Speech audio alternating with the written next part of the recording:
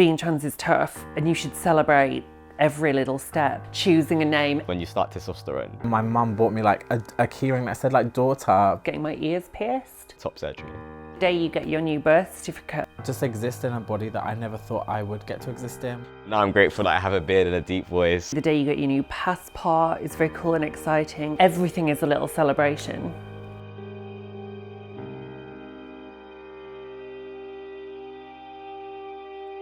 What do I wish I was told? Oh my God.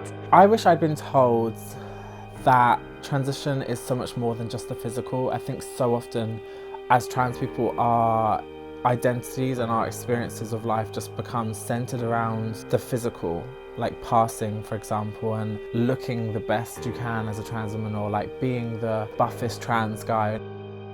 The number one thing I think stands out to me is like, you don't have to be the toxic masculinity of manhood in order to be valid as a man. As I got older and I got more comfortable with my identity and I started to look and sound the way that I wanted to, I started to be a lot more playful with my identity as a man.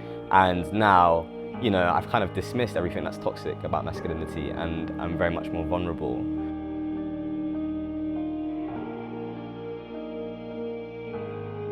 Right at the beginning, I wish I'd spoken to loads more trans people. And so now whenever I speak to other sort of young trans non-binary people who are just sort of coming out, I'm like, speak to other trans people, because cis people can be very well-meaning, but what you really need is shortcuts.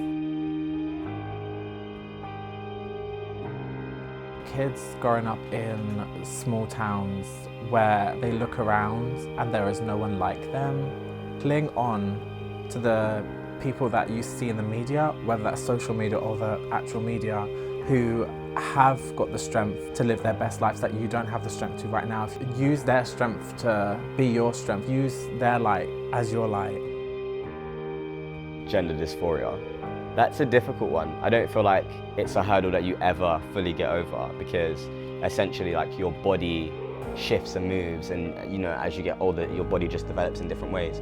I think that you need to understand that it's a forever and ongoing process, and that it's just about understanding that in moments that you are going to face dysphoria, and that that's okay, that's just a normal part, and that doesn't just happen to trans people, it happens to cis people as well.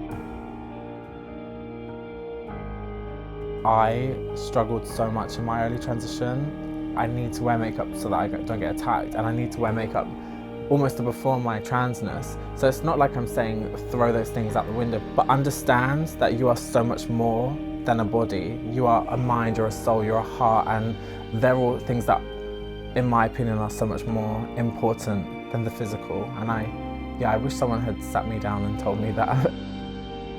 At the start of my transition, I regarded being trans as kind of like a journey that I was previously, the world thought I was a boy, then I would do this thing and that I would be a woman, and that was it. And I wasn't especially wedded to the word trans. It was just something I had to get out the way, and then it would be done and I would be a woman, sorted. But I realised, possibly the hard way, because obviously I had to live it, to realise that actually being trans is very much part of my story. That struggle is not something that I should try get rid of. It's not something that I should try cast off.